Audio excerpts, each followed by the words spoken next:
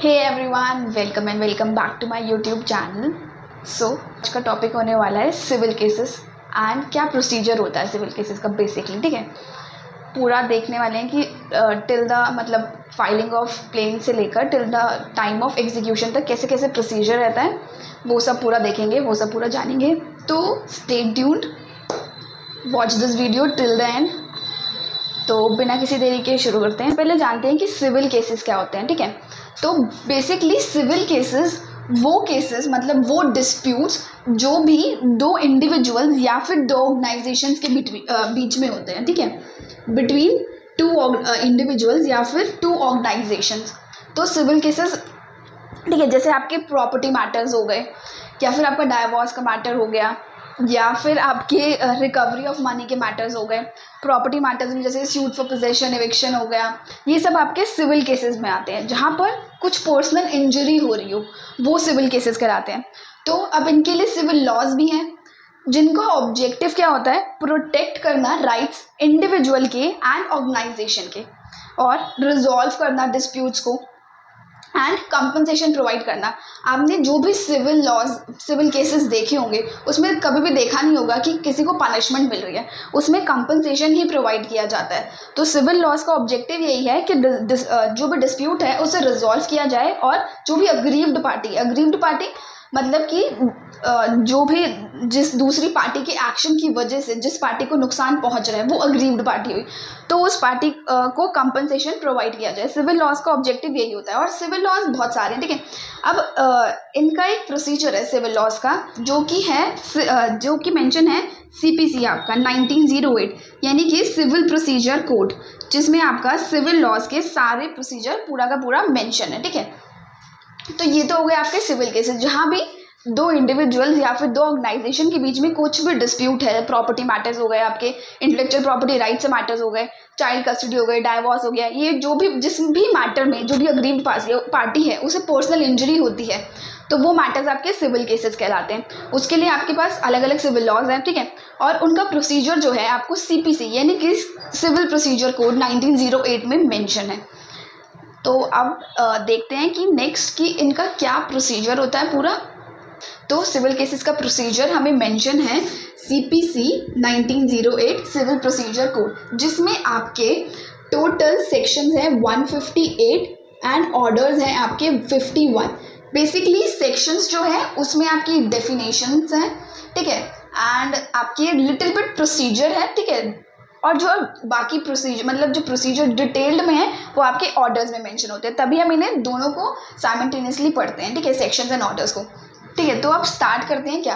तो basically criminal cases में क्या होता है कि जब भी आपके साथ कुछ भी क्राइम होता है तो आप जाकर FIR कराते हो, बट सिविल केसेस में ऐसा नहीं होता है। सिविल केसेस में कोई FIR फाइल नहीं होती है, उसमें सीधा सूट इंस्टीट्यूट किया जाता है, प्लेंट फाइल किया जाता है। तो सबसे पहले जो भी अग्रीव्ड पार्टी होगी, अग्रीव्ड पार्टी यानी कि जो भी दूसरी पार्टी के एक्शन से जिस भी पार्टी के एक्शन से उस पार्टी को नुकसान पहुंचा है वो अग्रीव्ड पार्टी है। ठीक है, तो उस पार्टी को क्या बोला जाता है, उस पार्टी को बोला जाता है प्लेंटिफ। जो भी अग्रीव्ड पार्टी है, केस कौन फाइल करता है, प्लेंटिफ। ठीक है, और जो अपोजिट पार्टी होती है उसे बोला जाता है डिफेंडेंट। ठीक है, तो दो पार्टीज होती हैं आपकी, प्लेंटिफ एंड डिफेंडेंट। तो केस कौन फाइल करता है, प्लेंटिफ फाइल करता है, जो कि अग्रीव्ड पार्टी है कि डिफेंडेंट की कुछ भी एक्शन से उस प्लेंटिफ को जो है वो नुकसान पहुंचाए, तो वो केस फाइल करती है। ठीक है, एंड एक प्रैक्टिकल, ठीक है, प्रैक्टिकल बात बता देती हूँ। जब भी आप कोर्ट में जाओगे, कोर्ट रूम देखा होगा अगर, या नहीं देखा, या कभी भी जाओगे देखने, ठीक है, तो जो भी जज साहब के, जैसे कि ये जज साहब बैठे हैं, ठीक है, ड्राइंग पे मत जाना, ठीक है प्लीज़, ये जज साहब बैठे हैं, तो जज साहब के राइट में जो है वो प्लेंटिफ होता है और जो लेफ्ट में है वो डिफेंडेंट खड़ा होता है। तो जब भी आप जाओ कोर्ट में या फिर कोर्ट प्रोसीडिंग्स देख रहे हो तो तुम्हें नहीं पता कि कौन है इसमें, कौन सी पार्टी क्या है क्या नहीं है, तो इससे देख लेना कि जो जज है, जज साहब बैठे हैं, उनके राइट में प्लेंटिफ होगा और उनके लेफ्ट में जो है डिफेंडेंट खड़ा होता है। ठीक है, अब आते हैं कि वापस कैसे प्रोसीजर। ठीक है, तो सिविल केसेस में क्या होता है, हमारी प्लेंट फाइल होती है। ठीक है, इसमें कोई भी FIR फाइल नहीं की जाती।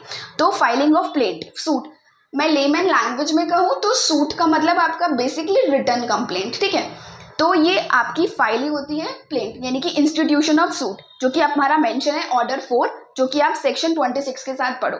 तो अब हमारा सूट फाइल हो गया, प्लेंट फाइल हो गया। नाउ अब प्लेंटिफ ने तो प्लेंट फाइल कर दिया, ठीक है, लेकिन अब जो दूसरी पार्टी यानी अपोजिट पार्टी जो डिफेंडेंट है, उसे कैसे पता चले कि उसके अगेंस्ट जो है एक केस इंस्टीट्यूट हो गया है? तो क्या होता है कि सम्मन इशू किए जाते हैं डिफेंडेंट को as per order 5 of CPC, ठीक है। अब सम्मन इशू हो गए, ठीक है, डिफेंडेंट को भी पता चल गया कि केस फाइल हुआ है एंड प्लेंटिफ को तो पता ही है कि उसने केस फाइल किया। नाउ अब दो सिनारियो होंगे जब भी सम्मन इशू होगा, तो या तो डिफेंडेंट अपीयर होगा, ठीक है, या फिर डिफेंडेंट अपीयर नहीं होगा। इफ डिफेंडेंट अपीयर नहीं होता है तो as per order 9 rule 6(1)(a), ठीक है, अगर डिफेंडेंट अपीयर नहीं हुआ तो उसके कॉन्सिक्वेंसेस क्या होंगे?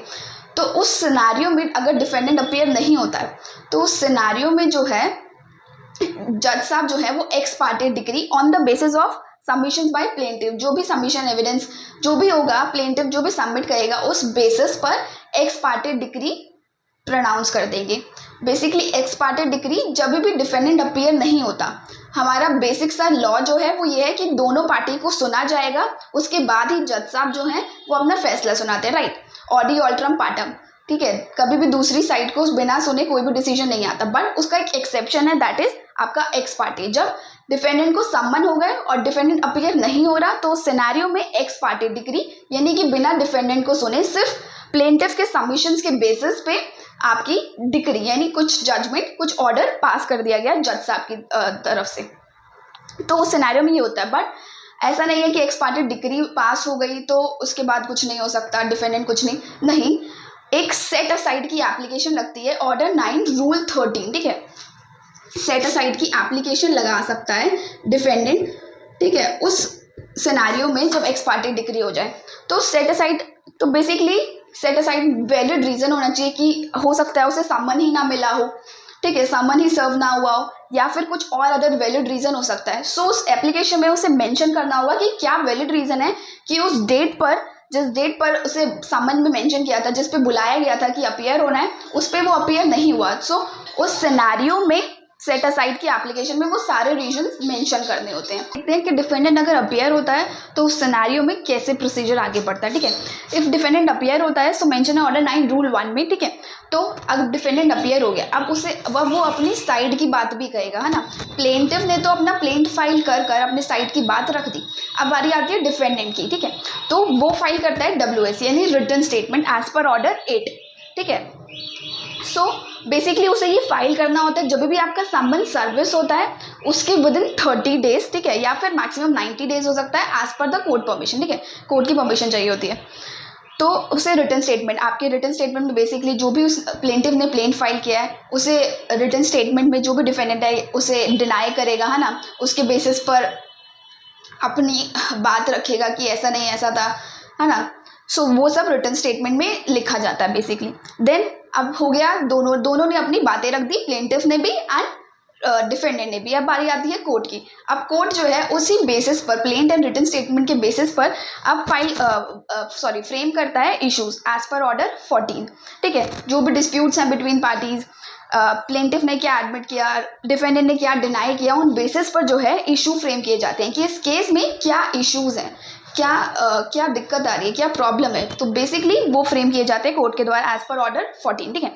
अब कि कोर्ट अपने इशू फ्रेम करता है, ठीक है, ऑन द बेसिस ऑफ जो भी डिस्प्यूट्स हैं बिटवीन द पार्टीज, जो भी प्लेंटिफ ने एडमिट किया है अपने प्लेन में, जो भी बातें कही हैं, रिटन स्टेटमेंट में जो भी डिफेंडेंट ने डिनाई किया, उन सब बेसिस पर कोर्ट जो है इशूज फ्रेम करता है कि इस केस में, इस मैटर में क्या क्या इशूज हैं, किस किस पर रिजॉल्व कराना है, ठीक है। तो अब इसके बाद इशू फ्रेम हो गए, उसके बाद एग्जामिनेशन होता है पार्टीज का एज पर ऑर्डर 10 कि प्लेंटिफ अपने सबमिशंस, अपने एविडेंस सबमिट करेगा, लिस्ट ऑफ विटनेसेस सबमिट करेगा, क्रॉस एग्जामिनेशन होगा डिफेंडेंट का, सेम एज डिफेंडेंट अपने एविडेंस सबमिट करेगा जो भी उसे करने हैं, ठीक है।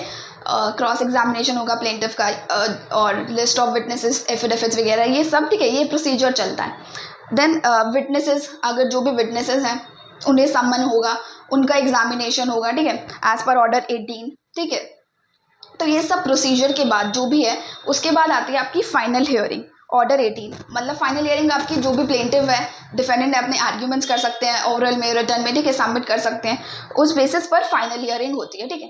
तो ये बात क्या होता है, अब कोर्ट जजमेंट या फिर डिक्री प्रोनाउंस कर देता है एज पर ऑर्डर 20, ठीक है। तो अब जब भी जजमेंट या डिक्री प्रोनाउंस हो गई तो उसके बाद जो भी डिक्री है उसे एग्जीक्यूट कराया जाता है as per order 21।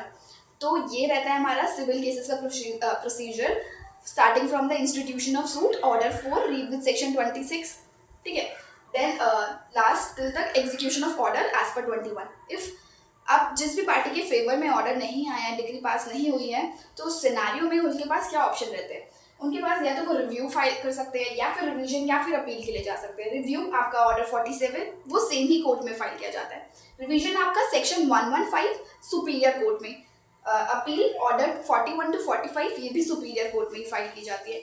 So yes, ये था हमारा कि सिविल केसेस क्या होते हैं एंड क्या सिविल प्रोसीजर रहता है, सिविल केसेस का प्रोसीजर रहता है। सो आई होप ये वीडियो आपके लिए यूजफुल रहे एंड आपने कुछ ना कुछ सीखा हो इस वीडियो से। इफ़ कोई भी सजेशन, कोई भी क्वेरी या फिर कोई भी फीडबैक देना हो या फिर किसी भी टॉपिक पे वीडियो चाहिए हो तो कमेंट बॉक्स में बता देना, comment box is all yours. And कुछ भी हो so you can reach me on Insta, ठीक है। एंड या दैट्स इट फॉर टुडे। मिलते हैं नेक्स्ट वीडियो में विद न्यू मोर टॉपिक्स। सो या टिल देन बाय बाय।